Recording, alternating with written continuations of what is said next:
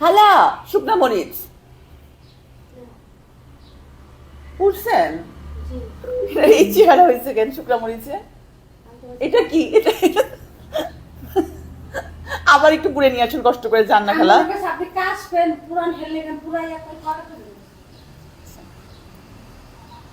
আজকে আজকে আমার মেনুতে আছে হচ্ছে করলা ভাজি, আর এই যে এটা কি কি জানি বলে এটাকে, প্রিয়াঙ্কা কি বলে? চাল কুমড়া ভাজি। এটার সাথে একটু শুকনা মরিচ নিয়ে খেলে ভালো হয়। খালা একটু শুকনা মরিচকে কয়লার টুকরা, দেখতাম যে আগেকার দিনে আমার বুবলি মাঝে মাঝে কয়লা দিয়ে দাঁত মাজতো, সে দাঁত মাজার কয়লার মতো বানায়। বিসমিল্লাহ।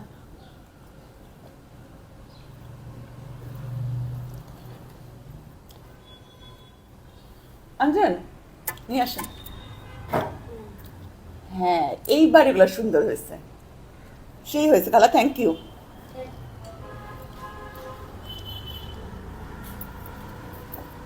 খাবারের আসল স্বাদ হচ্ছে, আমার বাবা একটা কথা সবসময় বলেন, সেটা হচ্ছে hunger is the best sauce. Sauce তো আমরা স্বাদ বাড়ানোর জন্য খাই, কিন্তু খিদা এমন এক স্বাদবর্ধক যে পেটে খিদা থাকলে সব খাবারই অনেক সুস্বাদু লাগে। আজকে আমার আরেকটা ফেভারিট আইটেম আছে, আমি জানি এটা আপনাদের অনেকের ফেভারিট, সেটা হচ্ছে আম ডাল। এই যে আম দিয়ে ডাল, এই সিজনে আম দিয়ে ডাল একটা অত্যন্ত মজাদার খাবার। হুম,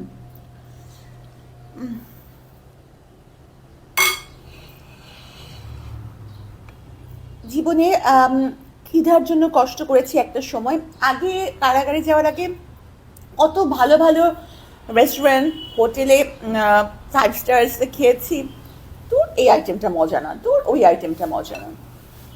কিন্তু এরপর যখন খাবারের জন্য কষ্ট করেছি, তখন এখন আলহামদুলিল্লাহ সব খাবার অনেক মজা লাগে। আর আম ডাল এ তো কথাই নাই।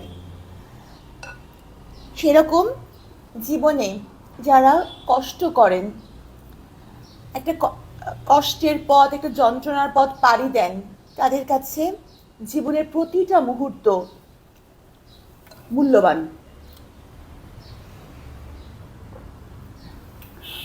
তারা জীবনের খাবারের স্বাদের মতো জীবনের স্বাদও একইভাবে আনন্দের সাথে নিতে পারেন।